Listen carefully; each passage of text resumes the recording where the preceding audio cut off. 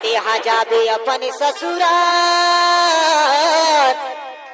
ये मोरे करके बहरहाल तोरी बिना एक मिनट पगली और हट बने नहीं रे यार। और सुनत हस बताना ते हाँ जबले छोड़ के गए हस ना हाँ हाँ तबले मोला एक मिनट नहीं रहा परत है यार दूर भी गए। हाँ ऐसे लगा थे ना कैसे लगा कि तोला रात दिन देखत रही तो तैसे लगा थे वो। ऐसे का हाँ छोड़ के भागे ना तोरे तोर थे आना थे मोला। अच्छा डीजे बताना पुष्पेंद्र ये ते छोड़ दे बे छोड़ दे बे छोड़ दे बे वो नहीं लगे गया तो पापी चलाला छोड़ दे बे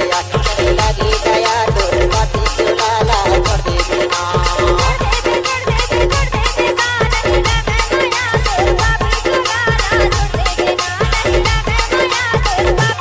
डीजे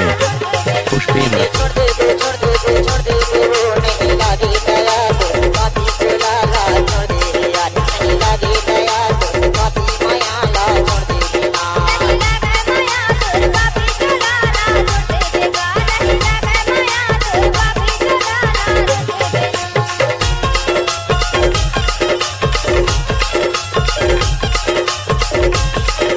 डीजे